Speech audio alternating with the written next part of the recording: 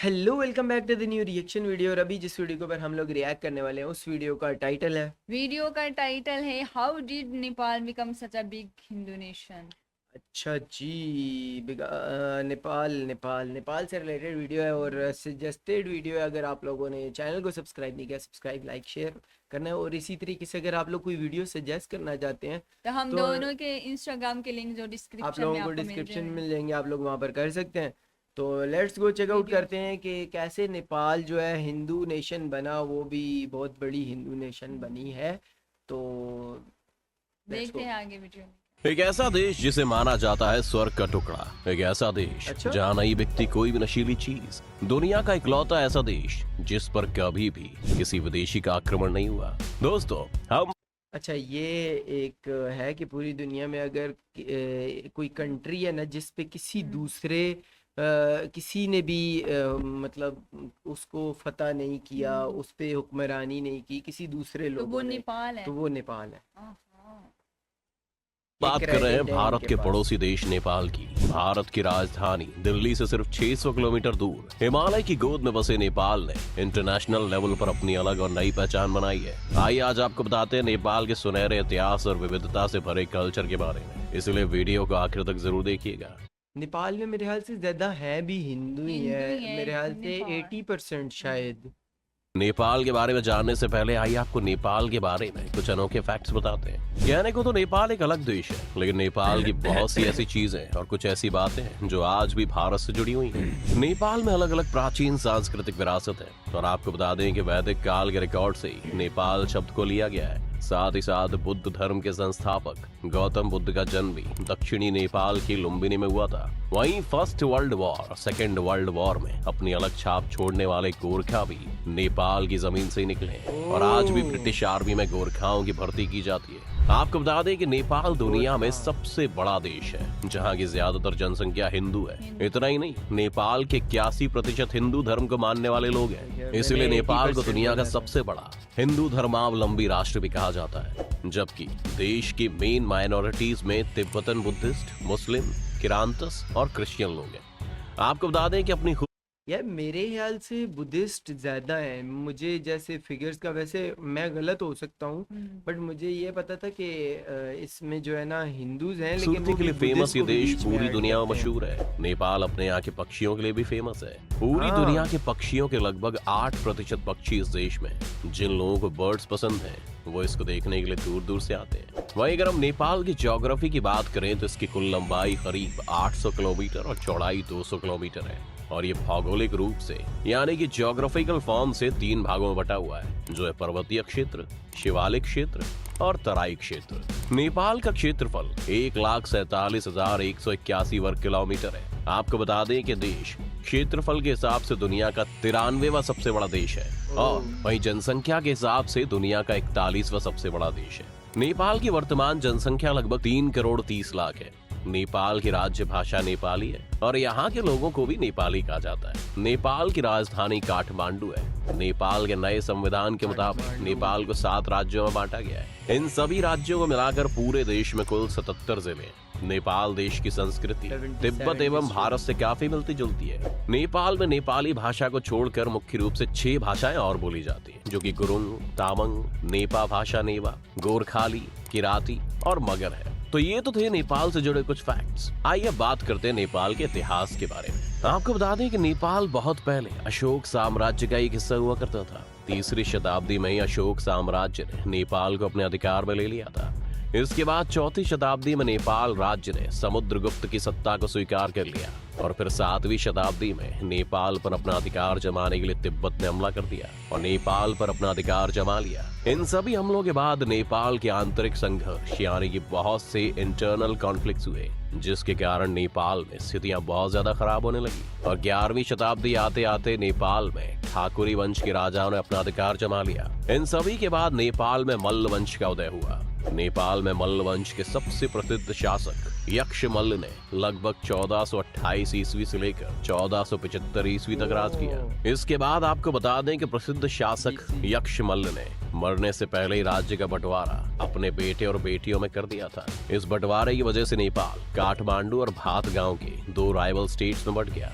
और आपस में ही झगड़े होने लगे। इन झगड़ों का फायदा उठाकर पश्चिमी हिमालय के क्षेत्रों में बसने वाली गोरखा जाति ने 1768 ईस्वी में नेपाल पर अधिकार कर लिया। पश्चिमी हिमालय के गोरखाओं ने अपनी मिलिट्री पावर को डेवलप किया और नेपाल को एक पावरफुल किंगडम के रूप में बदल दिया। 19वीं शताब्दी आते आते गोरखाओं ने अपने राज्य की दक्षिणी सीमा को बढ़ाकर ब्रिटिश भारत की उत्तरीय सीमा से मिला दिया। अपनी सीमा को बढ़ाने के कारण 1814 से 1815 ईस्वी में नेपाल और अंग्रेजों में युद्ध हुआ। इस गोरखा युद्ध के बाद दोनों देशों में सुगौली की संधि हुई, जिसके मुताबिक नेपाल ने अपने राज्य के कुछ भूभाग ब्रिटिश सरकार को दे दिए। इसके साथ ही इस दौरान नेपाल में एक ध्वज संधि यानी कि फ्लैग ट्रीटी भी हुई, जिसके मुताबिक नेपाल की फॉरेन पॉलिसी उस समय की भारत की ब्रिटिश सरकार के द्वारा कंट्रोल की जाती थी।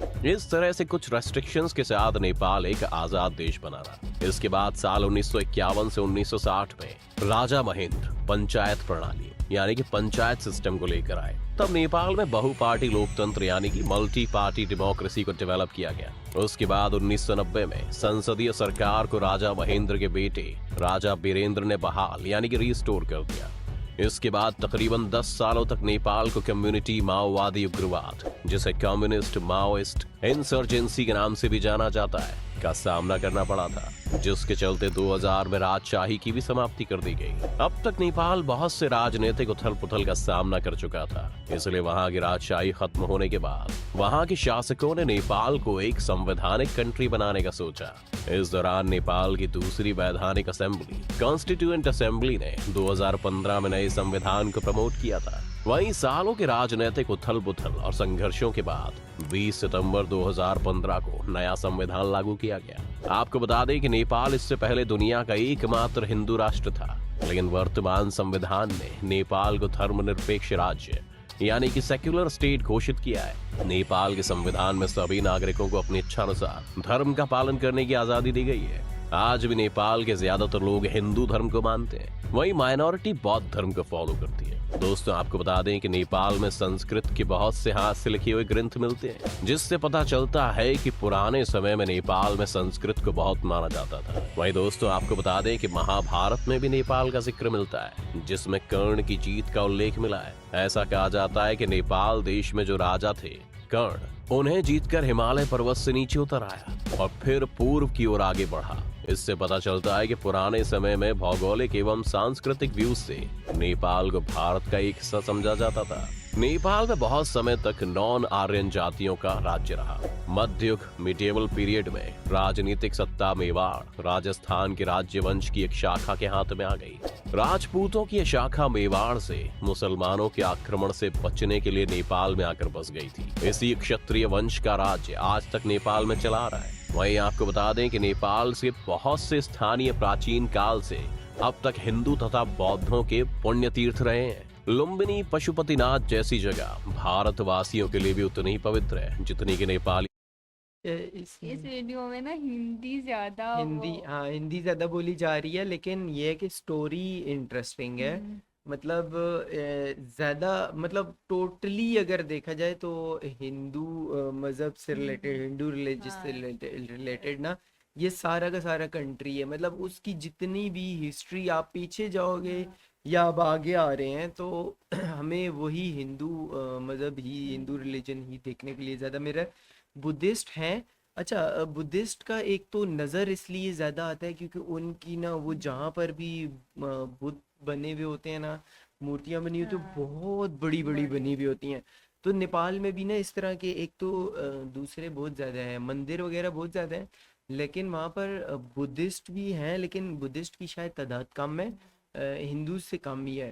तो लेकिन उनकी जो मूर्तियाँ बड़ी बड़ी बनी होती हैं, इस वजह से ना वो बुद्धिस्ट, मुझे पहले यही लगता था कि बुद्धिस्ट और हिंदू जो है वो दोनों सेम है। हाँ। मुझे यही लगता था के लिए। ऐसा महाभारत काल में जब कुंती के पुत्र पांचों पांडव स्वर्गलोक की ओर प्रस्थान कर रहे थे, तभी पांडु पुत्र भीम ने भगवान महादेव को दर्शन देने हेतु विनती की। तभी भगवान शिवजी ने उन्हें दर्शन एक लिंग के रूप में दिए, जो आज पशुपतिनाथ ज्योतिर्लिंग के नाम से जाना जाता है। वैसे तो कभी भी किसी ने नेपाल की तरफ आंख उठाकर नहीं देखा, लेकिन यह हिमाकत अंग्रेजों ने जरूर की थी और उन्हें हर बार मुंह की खानी पड़ी थी। नेपाल पर किसी भी बाहरी शक्ति का कब्जा ना कर पाने के पीछे कई वजह हैं, जैसे कि नेपाल एक विस्तारवादी साम्राज्य यानी एक्सपेंशनिस्ट एम्पायर था और गोरखा लड़ाकों ने अंग्रेजों को भी प्रभावित किया, जिसके नतीजन भारतीय सेना में आज तक गोरखा रेजिमेंट है जो कि ब्रिटिश सेना में भी लड़े थे। अब देखिए, जब दो विस्तारवादी साम्राज्य भिड़ते हैं तो दोनों को ही कहीं ना कहीं संतोष करना पड़ता है। अगर नेपाल की हिस्ट्री देखते हैं तो वो उसमें सबसे जो इंटरेस्टिंग चीज़ यही है कि उस पे अंग्रेज़ों ने भी बहुत बार कोशिश की, फिर अंग्रेज़ों को यही लगा कि यार बेहतर ये है कि हम लोग जो है इनको पीछे हट साथ जाएं। नहीं, वो वहाँ के जो लड़ाकू लोग थे ना उनको अपने साथ लगा के फिर दूसरे कंट्रीज़ के साथ फाइट करते रहे हैं, मतलब उनको पे करते रहे हैं, उनको ये कहा है कि हम आपके साथ मिल के लड़ेंगे, और उनका कंट्री इस तरीके से बचा भी रहा। और ये था कि ठीक है, अंग्रेज़ों ने वैसे जहाँ पे भी अगर अपने पैर जमाए हैं तो वहाँ पर कुछ ना कुछ गंद ही करके गंद गए ही हैं, किया। कोई अच्छा काम नहीं करके गए। तो अच्छी बात ये है कि यार जी वो लोग अपना अपना खुद लेके सारा निज़ाम चलते रहे। बहरहाल अभी सबसे ज़्यादा एक तो 80% वहाँ पर हिंदू हैं, और अगर हम लोग बहुत ज़्यादा बैकग्राउंड में भी जाते हैं तब भी हमें बहुत सारे मंदिर वगैरह और इस तरह की चीज़ें ही देखने के लिए मिलती हैं। तो मतलब यही पता चलता है कि शुरू से ही एक कंट्री इस रिलीजन को फॉलो करता हुआ आ रहा है। खैर हिस्ट्री से रिलेटेड वीडियोस अच्छी लगती है मुझे। आप लोगों का जो भी इससे रिलेटेड ओपिनियन है कमेंट सेक्शन के अंदर बताना है। हम मिलते हैं एक और नई वीडियो के साथ, तब तक के लिए अल्लाह हाफिज़। बाय।